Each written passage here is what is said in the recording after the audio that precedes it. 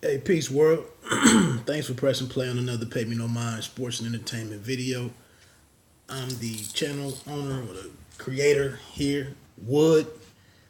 Please check me out at www.bitedownboxing.com, as well as my work over at www.roundbyroundboxing.com. Um, Somewhat of a slower boxing weekend. I mean, we have Ito and Herring over on ESPN. I was supposed to speak to Herring over the last week and a half, 2 weeks or something, but I guess maybe he got busy, finishing up preparations and wrapping up camp.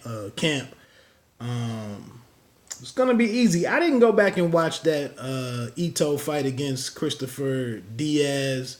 I think he had Diaz down twice, maybe as early as the fourth round, I believe. I didn't go back and check it out. Um, we've seen some improvement from Herring dropping back down to junior lightweight, and we'll see. He's kind of fought differently, in my opinion. The last two or three guys that he's faced, since breaking camp, breaking away from Mike Stafford down in Cincinnati and moving over to Bo Mack and Terrence Crawford, he's kind of looked a little differently every fight, in my opinion. So I've seen him box a little bit, and this is since the Ladarius Miller fight. Um, I really don't know what to expect from him this weekend. And like I said, I haven't really got eyes on Ito, so I'm just gonna be a fan and just be rooting. Um, Looks like they're gonna tell his story. I thought I saw something on Twitter from him about ESPN telling his life story, maybe Thursday and Friday, and then probably Saturday on the broadcast. Excuse me. Also on ESP, I mean not ESPN, but on the Zone will be the youngest in charge, Devin the Dream Haney, against Moran. I haven't seen Moran. This is the fight that Usyk fell off of with the injury. I was kind of shocked. I thought they thought about moving this briefly, but I might have gotten the message mixed up. But Philippe Hergovic is also on there. I just saw some footage yesterday of him sparring with Deontay Wilder years ago, but that's one of the heavyweights that they expect to bring some action and some more depth to the division. I think he's on like 5-0, 6-0, so I'll be getting eyes on him for the first time. There was Michael Hunter. He's also on that card. His third or fourth fight at heavyweight. So I don't have any notes in front of me. So kind of a mid-level fight, introductory fight, and then a big world title shot for Jamel Herring. So and then on FS1 is the Erislandy Lara and Terrell Gaucher out of Cleveland, Ohio. So I want to wish. That's not even right, man. I'm tripping. Who was Gaucher fighting? Austin Trout. That didn't even sound right. Yeah, I'm sorry. Austin Trout. I was telling somebody last night about the Erislandy Lara fight. Was where Gaucher kind of failed to capitalize on that moment, in my opinion. But he was up against the longest reigning champion at super welterweight at that time. So hopefully he comes back and makes the most of this situation. The sit down with Gaucher and Trout was kind of interesting because they're two guys who really don't seem to have personalities to really talk trash and do some of the more reckless stuff and go get be extra just for the sake of selling a fight. But they did what they did, and it's an important fight for both guys. Trout, ostensibly, this could be his last hurrah, headlining a card at least. I wonder what everybody's thoughts are with some of the rumblings, of a potential sale for the PBC. one name mentioned that could be heading up to PBC, and I don't know what the legitimacy of this is, but Dana White, that Zuffa group, head of the UFC. It would just be, I don't, I'm not saying that's what's gonna happen. That's who it is. Like I said, the person that the source of that story. I just listen. But that would just be something, if everything that's happened over there with the focus on African American and black fighters for me, and some Latino guys, as well as some white cats too. But with the focus of what it was and the types of deals that were being made, the types of compensation that were focused on, I just wonder how any of that would last if a guy like White was to be the person that came and was in charge. Anyway, like I said, I've just seen some rumblings and grumblings about that. I wouldn't really put that out there until I see it from in black and white on various outlets. Right now, I'm just seeing talk. So, shout out to the Golden State Warriors last night. Just a phenomenal system, coaching by Steve Kerr. A great system with great pieces, interchangeable players. Everybody just organically assumes their roles.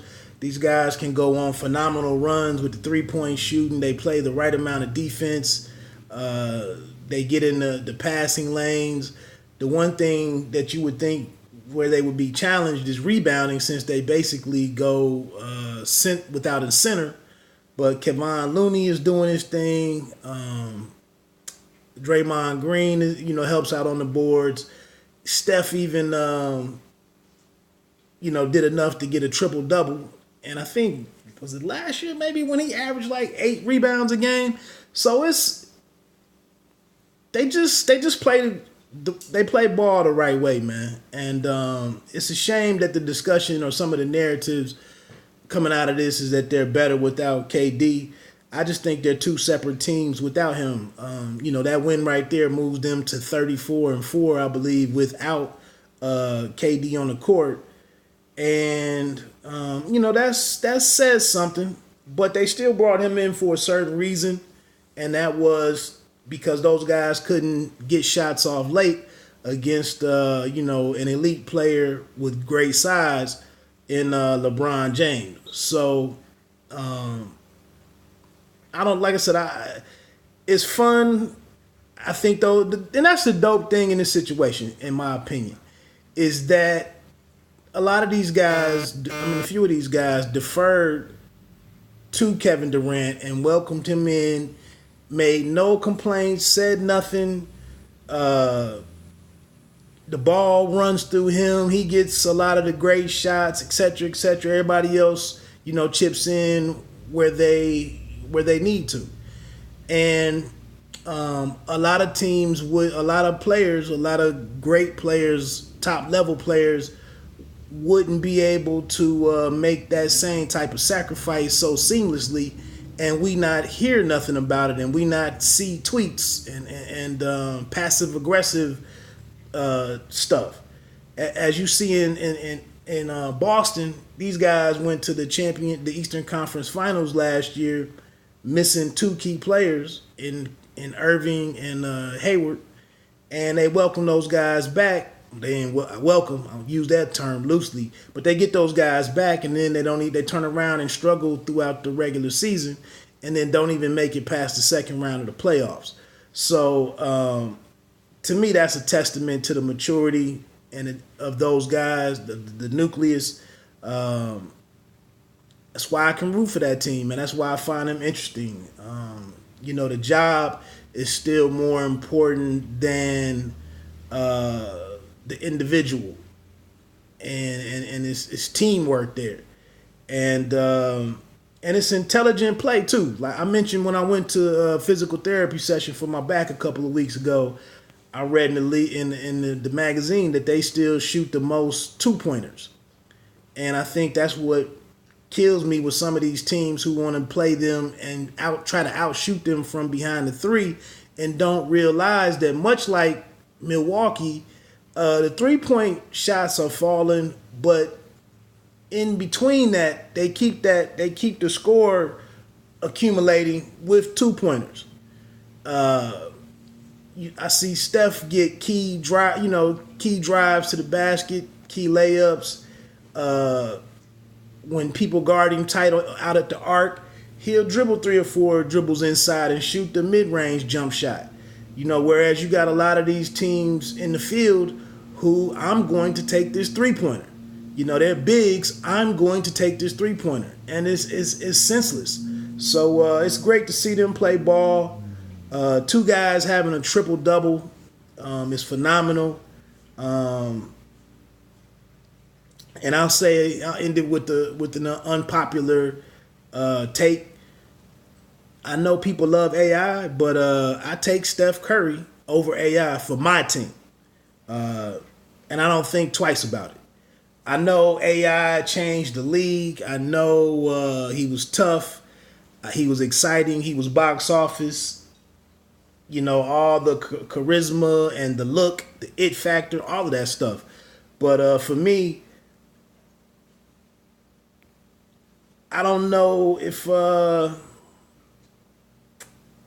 don't know. I just I vibe with Steph Curry's leadership style a lot better. And like I said, by deferring so much, because he doesn't need he doesn't need to dominate the ball. He doesn't need all the jump shots. What's his name is running the point for the majority of the time, and I think that allows, like Russell, perfect case in point. If the coach went to Russell Westbrook and was like, "Look, man, to help you out, I would like to move you off the ball at key periods of the game. I would like to move you off the ball, move you over to shooting guard or 3. We go 3 guard." He would lose it. He would lose his mind over that. But here it is. Steph is like, "Man, bring the ball up, man. Initiate the offense. Get us into our sets. So what?" And they just make it work. But anyway, getting that thought in there, I ran over my time. I was aiming for 10 minutes. Hey, please subscribe to the channel. Hit the like button. Make a comment. Let me get on off of here, man. Like I end this all the time. You don't have to be great to start, but you have to start to be great.